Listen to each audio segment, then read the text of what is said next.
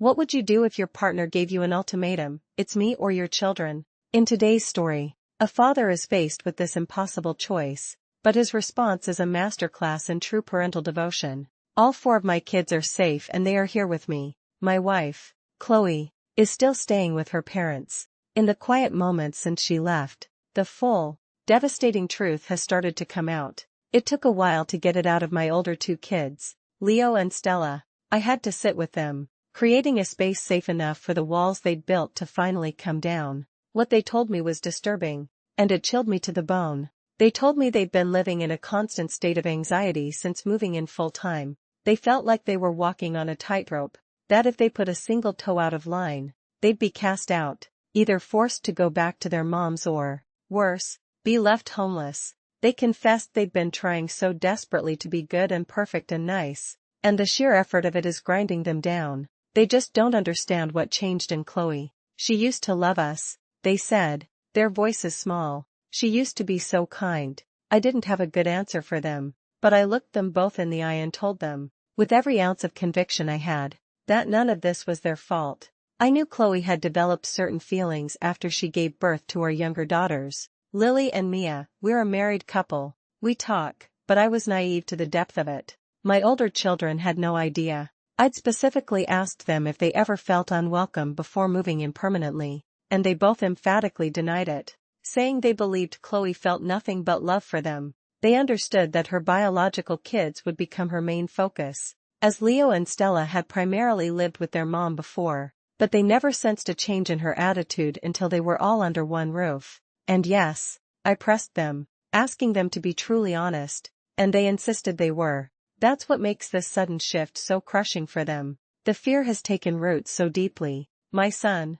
Leo, quietly told me he's worried Chloe will tell the younger girls lies about them. This fear has made them so uncomfortable that they've started avoiding Lily and Mia, even though they adore their little sisters. My heart broke all over again when my daughter, Stella, offered once more to move back to her mom's house if it would guarantee that Leo could stay with me. And then Leo, in a moment that felt like a punch to the gut, asked if they could live with my parents, adding the words, if they'd have them.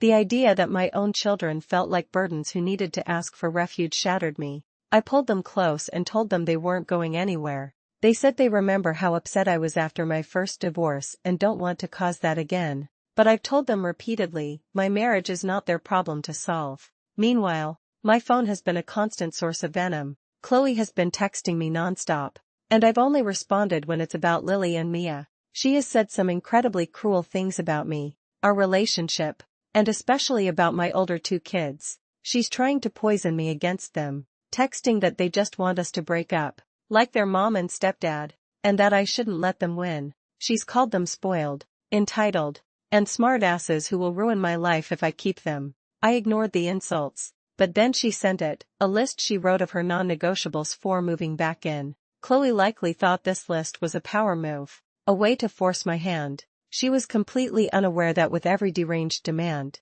she wasn't writing the rules for their reunion, but the obituary for their marriage. The list was deranged. Her first demand, Leo and Stella were to be cut out of my will, because they'll supposedly get money from their mother. The audacity is insane, not to mention the fact that it's not like we're wealthy enough to be leaving massive inheritances to anyone. Next, she demanded we sell the house. This is the house I bought with my ex-wife. It's my children's childhood home. I told her when we first got together that I would not be selling this house until all my kids were grown.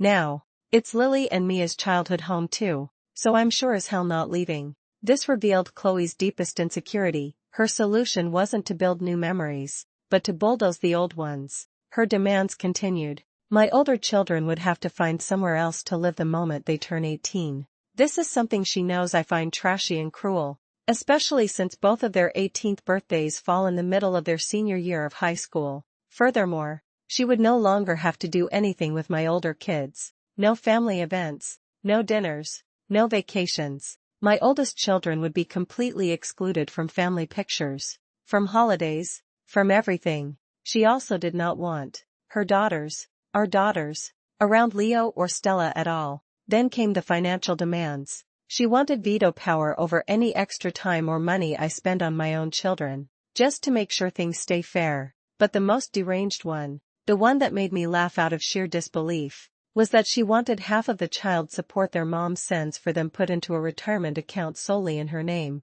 As one person later commented online, "Who TF does she think she is? Demanding to take their child support money for herself?" It's a question I was asking myself. My only response to that particular text was the haha reaction. It was immature, but it was all I could muster. Amidst this chaos, I've had to navigate the family dynamics. My father-in-law, who seems to see right through this, referred to the whole situation as Chloe's little tantrum when he dropped off the younger girls. Thankfully, I took this week off work to be with them. The saddest part is seeing the fallout. Leo and Stella have been avoiding Lily and Mia, which is devastating the little ones, who don't understand. I'm trying to explain things gently, but it's a mess. My first concrete step was finding a therapist for my kids, which I did this week. It's an out-of-pocket expense, but I can't wait a moment longer. Chloe has FaceTimed the girls, but I don't speak to her. I told her that if she wanted to fix this, therapy was an option I'd set up.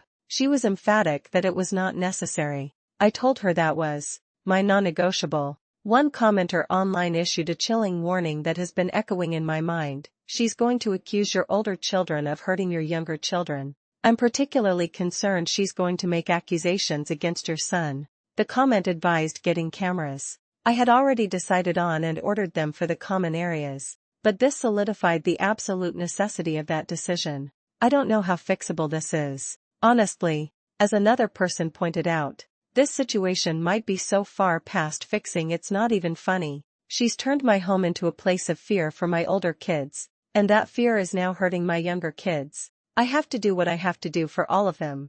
In the end, this story shows that being a true parent means creating a safe harbor for your children, no matter the storm. A house is just wood and nails, but a home is built on unconditional love and protection. What would you have done in this situation? And do you think a relationship like this is ever truly fixable?